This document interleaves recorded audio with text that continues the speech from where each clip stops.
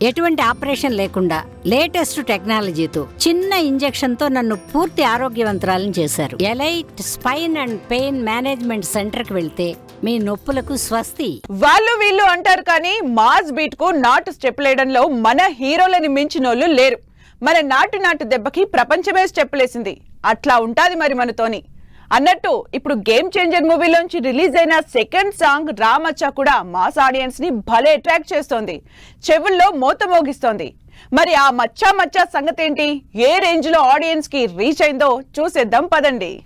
స్టెప్పులతో కిక్కెక్కించడంలో Tollywood star హీరోలకు సాటి మరెవరూ లేరు. అందులోనూ మాస్ బీట్స్ కి మనోళ్లు నాటు స్టెప్పులతో ఇరగదీస్తారు. లేటెస్ట్ గా గేమ్ చేంజర్ మూవీలోంచి వచ్చిన రామచ్చా సాంగ్ ఇప్పుడు తెగ ట్రెండ్ అవుతోంది.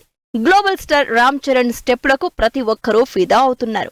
ఓవైపు చరణ్ గ్రేస్, మరోవైపు తమన్ బీట్స్ తో సాంగ్ ఇంటర్నెట్ లో రచ్చరచ్చ చేస్తోంది. మెగా ఫ్యాన్స్ తో పాటు మ్యూజిక్ లవర్స్ గట్టిగానే ఎంజాయ్ చేస్తున్నారు. యూట్యూబ్ లో రామచ్చా సాంగ్ కి సాలిడ్ రెస్పాన్స్ వస్తోంది.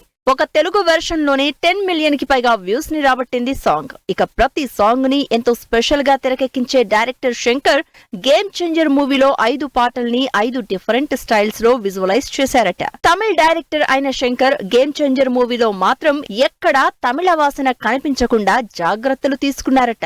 పక్కా తెలుగు సినిమాల ప్రతి విషయంలో కేర్ తీసుకుని తెరకెక్కించారట.